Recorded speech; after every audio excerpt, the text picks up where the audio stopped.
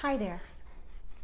I am Jennifer Elizabeth Masters. I'm a soul sculptor and intuitive healer, and I help you break out of the mold of past trauma and heartbreak so that you can have the life of your dreams. Whether you're a healer or a coach, whether you are a private person, your greatest asset is your intuition. Now, there was a time that I used to go to psychics because I didn't either trust nor believe the intuition that I was receiving. We all have intuition. The truth is, it is part of who we are. We all have wonderful gifts, but how to tap into the intuition comes from three main points. The first one is, if there is a lot of mind chatter, if you feel like I don't have intuition, I am not a psychic, I'm not intuitive, then you're going to block yourself from receiving. So that's the number one point. We have to believe that we are intuitive. We all have extrasensory perception, as it used to be called, ESP. We all have senses beyond the touch, smell, sight. What are the other ones? Beyond the five senses, we have extrasensory perception, we have intuition, we have this gut instinct. Our gut, our body is always talking to us, and you can even sense it when you go to the grocery store. Should I buy this? Would this be in my highest and best interest?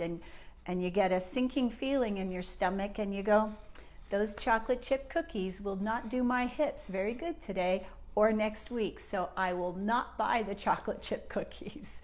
So there's a lot of different ways we can use our intuition, but I will say, here am I in Boulder, Colorado, where last month I was living in Ojai, California. And how did I get here? I trusted my intuition. So that leads me to number two.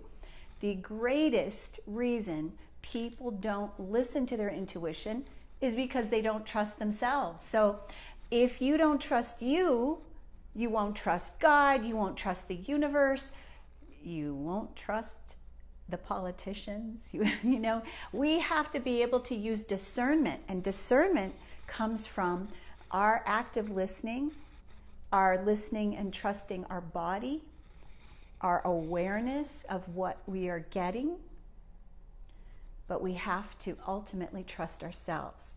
And for those of us who were incredibly insecure or lacking confidence, or perhaps you were molested or traumatized in some way, you were abandoned or abused, you're not going to trust yourself.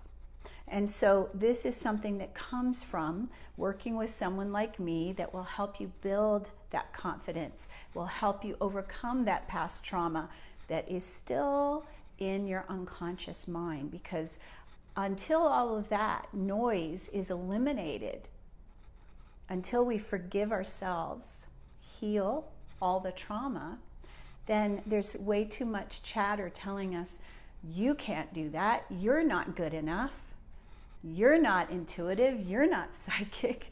So this small-minded ego stuff, it's there to protect us, but we have to know what to listen to and when. And so quieting the ego, getting it to calm down, so it's really important. So the third thing is the believing, because our belief governs our worlds. You know, if we have a belief that we don't have power, if we have a belief that we're not good enough, if we have a belief that we will never amount to anything, or we have a belief that psychic powers or intuitive powers are from the devil, which they are not, they're God-given, otherwise we wouldn't have them, right? God gave us all these gifts. So we have to believe that we do have the power to trust and receive information of the highest and best. And so, you know, in my coaching programs, I teach people how do you discern what is the dark side talking to you. Well, you know, when you raise your vibration high enough, they just don't get through anymore. That's a lot of it. And so I want to tell you a little story though. When I had a landscape business, I started the landscape business in 2001 till 2011 in Georgia. I became a master gardener, and then I ended up starting a landscape business with the help of my ex. He encouraged me. He didn't help me in my business. He encouraged me. So I would go to my barn every day and load up my trailer for the job that I was about to do, whether it was sod or whether it was a tree and shrub installation, or whether it was, you know, planting flower beds, perennial gardens, or whatever. I would go and load up my trailer for the day. And what started to happen, because my guides were talking to me, they would put a halo, kind of like this, around a particular tool that would say, this is the tool you need. And I'd go, I don't need that tool. I would argue with the guidance. Have you ever argued with the guidance you receive? When we argue with the guidance, we are cutting ourselves off. We are negating our gifts. And I argued with the guidance for a very long time, until finally, after repeated attempts at me arguing, and every single time what happened was the guidance I received was correct, and my stubborn refusal to believe the guidance got in my way every single time. I eventually acquiesced and went, you are right, I will listen. Life is easier when we listen. When our ego mind is, I'm right, you're wrong, I'm right, you're wrong, it gets in the way of our relationships, it gets in the way of our business, it gets in the way of our joy.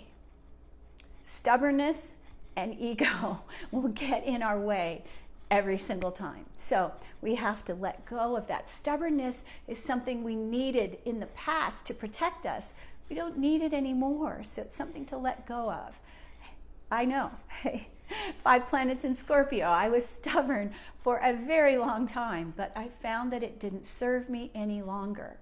So I gave you 3 key points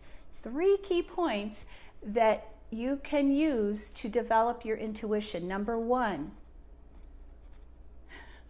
quieting the noise, quieting the chatter. And how can you do that? Well, I help my clients do that with several different ways. I teach you how to meditate. I give you a mantra that will help to quiet the mind. And okay, so that's number 1, quieting the mind. Number 2, trusting yourself. You have to trust yourself. You have to trust yourself and know that what you're receiving is accurate. The information that the universe gives us is always spot on. Hi there, Falak. Nice to see you. So thank you so much for watching. There's one more key point, the 3rd point. So what do we have? Quiet the mind. Number 2, trust. Number 3, what's the 3rd one? Belief. We have to believe that we have the power. And each of us was given the power of intuition. It is part of, we are not just physical, we are spiritual beings, multidimensional beings, but the intuition is part of our power. It is what we were given by God. All right, my dear, whether you believe in God, whether it's the universe, the gods, whoever that we were gifted all of this with. So, intuition will help you make life so much easier. I hope you've enjoyed this. If you have and it was helpful, I'd appreciate it if you would share it with a friend. And if you have questions, post them below and I will answer them in my next video. Sending you so much love today. Mwah! I'm Jennifer Elizabeth Masters. Visit my website, jenniferelizabethmasters.com, for more information about how you can work with me. Much love to you. Thanks for being here.